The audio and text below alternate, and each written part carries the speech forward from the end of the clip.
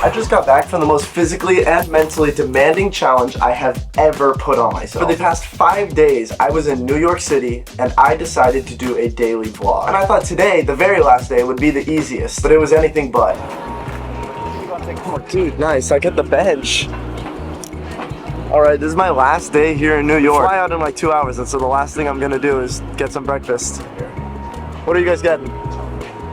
The strawberry cheesecake waffles are selling. We had 2 objectives today. Get home and ride Fury 325. Right down here, you can make your own breakfast.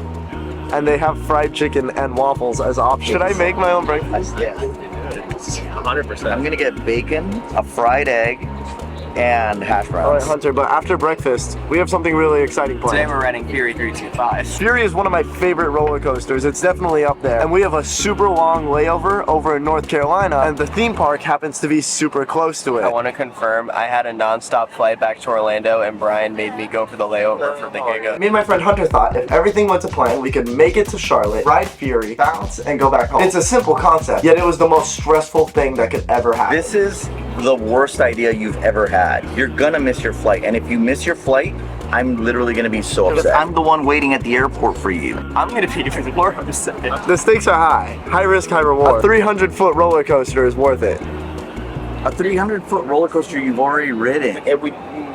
We both have ridden this ride. And it's really good. We enjoyed a nice breakfast.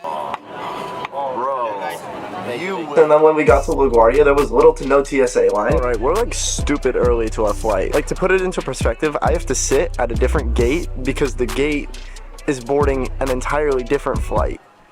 We got here way too early. It's okay, it means I have time to edit this onto here. The flight to Charlotte had a little more turbulence than I would have liked, but it's Spirit Airlines, what do you expect?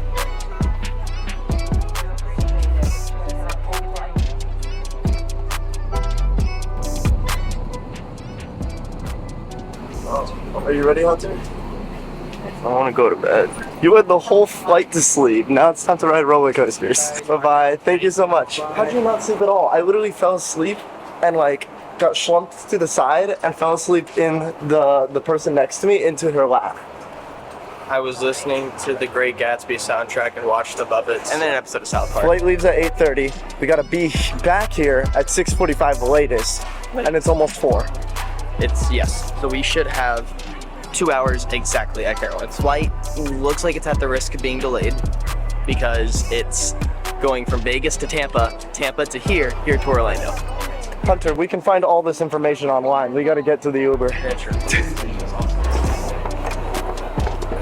Alright. Come on, Hunter.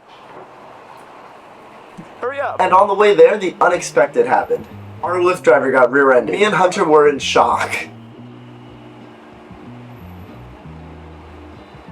The worst thing happened.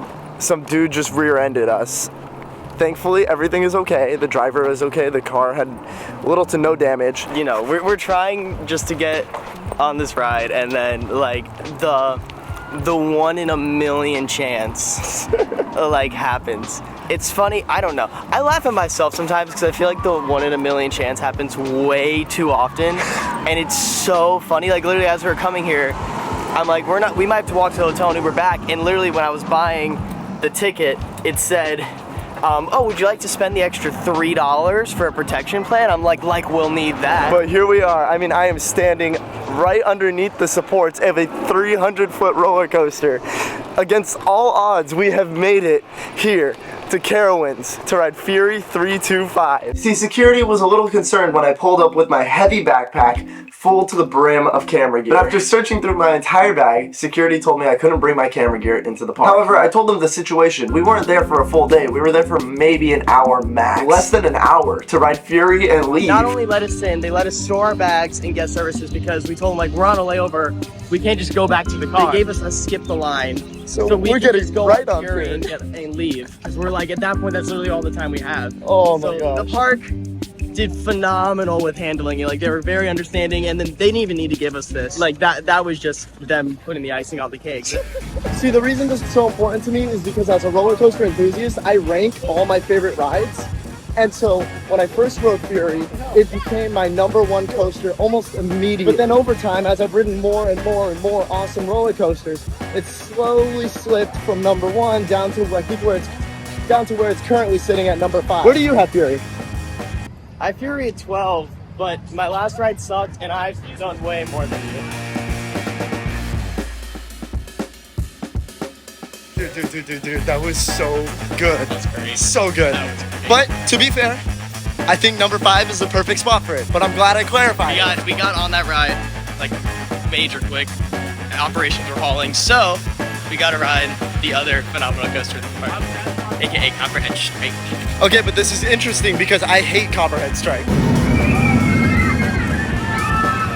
Yeah, I think why I didn't like this so much is because I saw how cool it looks, and then it did nothing. We'll see if it redeems it. All right, great ride. Let's get our camera gear and get out of here. All right, somehow we are back in the airport. It is 6:49.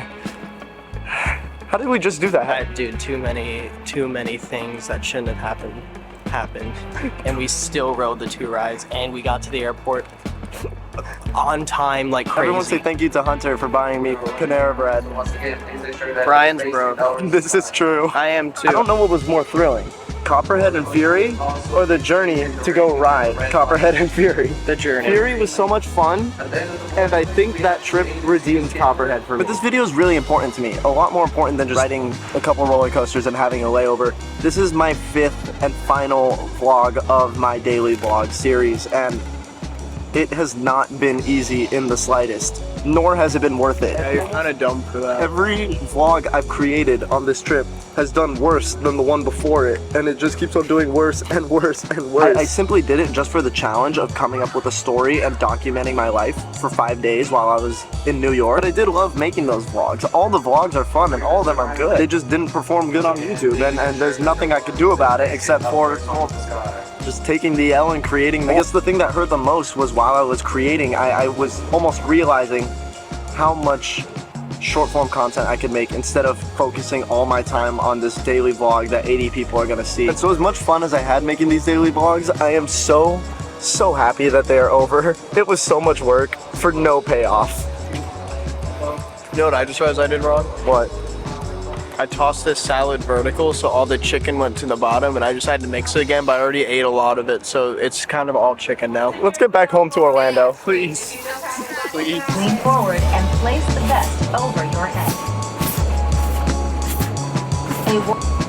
And ladies and gentlemen, as a friendly reminder, we do ask that if you're going to watch any movies or listen to any music on your personal electronic devices, just please make sure you're wearing headphones for everyone's comfort. And once again, thank you for joining us this evening and welcome on board.